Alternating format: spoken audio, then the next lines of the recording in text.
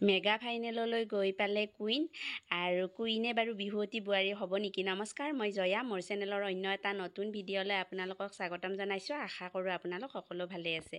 হয়, মই কুইন কোঁৱৰৰে কথা কৈছোঁ। কুইন কোঁৱৰৰ যি বিহু নাচ প্ৰদৰ্শন আছিল, ইমান ধুনীয়াকৈ নাচিছিলে প্ৰত্যেকটো এপিছ'ডতে। আৰু এইবাৰ কুইনে ফাইনেলত নাচা অকণমান ভিডিঅ' আপোনালোকৰ লগত শ্বেয়াৰ কৰিলোঁ। লগতে বিচাৰকে কি ক'লে আৰু মলয়া গোস্বামী বাইদেৱে কি ক'লে গোটেইখিনি আপোনালোকে চাব পাৰিব। তেতিয়াহ'লে বলক পলম নকৰি সেইখিনিৰ মাজলৈকে NB নিউজে যিখন মঞ্চ দিছে তাৰে আমি আশা কৰিম আজি তেওঁ ৰাণী হওক।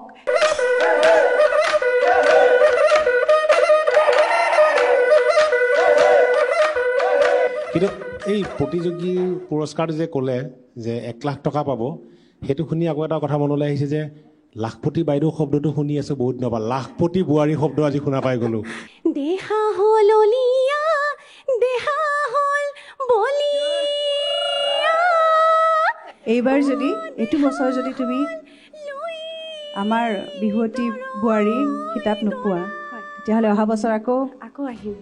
NB নিউজে যিখন মঞ্চ দিছে তাৰে আমি আশা কৰিম আজি তেওঁ ৰাণী হওক।